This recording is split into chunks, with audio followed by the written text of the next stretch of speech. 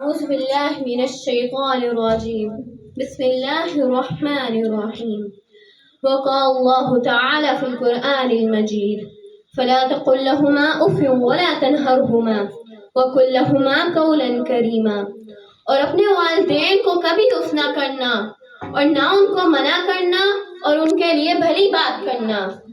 دعا ہے میرے رب الجلال سے کہ وہ مجھے اور آپ کو توفیق عطا کرے کہ ہم اپنے والدین کی وہ عزت و تکریم کر سکیں جو روز قیامت ہمیں ان کی دعاؤں کے عوض جنت الفردوس میں اعلیٰ مقام عطا کرے۔ میری پیاری ماؤں اور بہنوں، کیا کبھی آپ نے سوچا ہے کہ جب کبھی ہم تکلیف میں ہوتے ہیں ہماری زبان سے سب سے پہلے لفظ ماں کیوں نکلتا ہے؟ کیونکہ جس کے وجود سے ہم پیدا ہوئے ہیں، جس کی کاوشوں سے ہم زمین پہ قدم رکھ سکے ہیں، جس کی تربیت سے آج ہمارے ہاتھوں میں قرآن ہے، جس کی مدرکن کے ساتھ میرا دل دھڑکتا ہے، جس کی آغوش نے مجھے وہ گرماہٹ دی، جس کے پیار نے مجھے اس دنیا میں جینا سکھایا، جس کی مسکراہٹ نے مجھے دنیا میں سکون دیا، جس کے اٹھے ہوئے ہاتھوں نے مجھے فرش سے عرش پر پہنچایا، جس کی خاموش دعاؤں نے ہمیشہ مجھے گرنے سے پہلے تھاما، بھٹکے ہوئے راستے ہدایت پر چلایا، میرے ماتھے کو میرے رب کے سامنے جھکایا،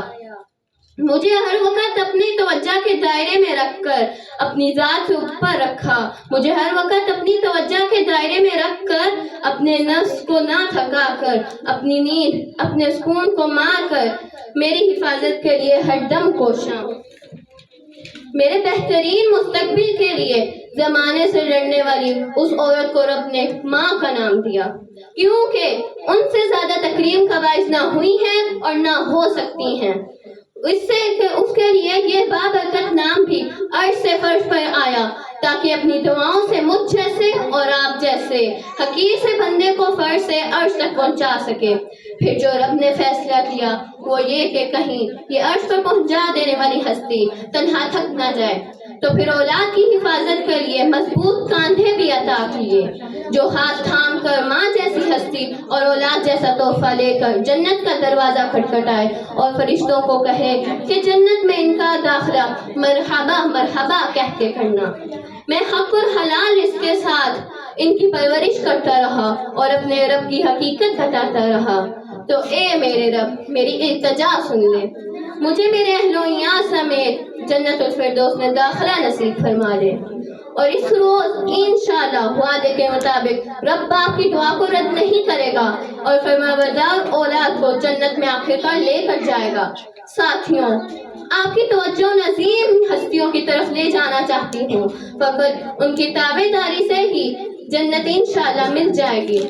بس شرط ان کو یہ ہے کہ کبھی اف نہیں کہنا۔ اف لفظ بڑا دور ہے، بڑا چھوٹا ہے، آنکھ بھی والدین کے سامنے اٹھانا جرم ہے، جن کو فقط دیکھنے سے حج کا ثواب ملتا ہو ان عظیم ہستیوں کا دل دکھانا سوچنا بھی گناہ عظیم ہے۔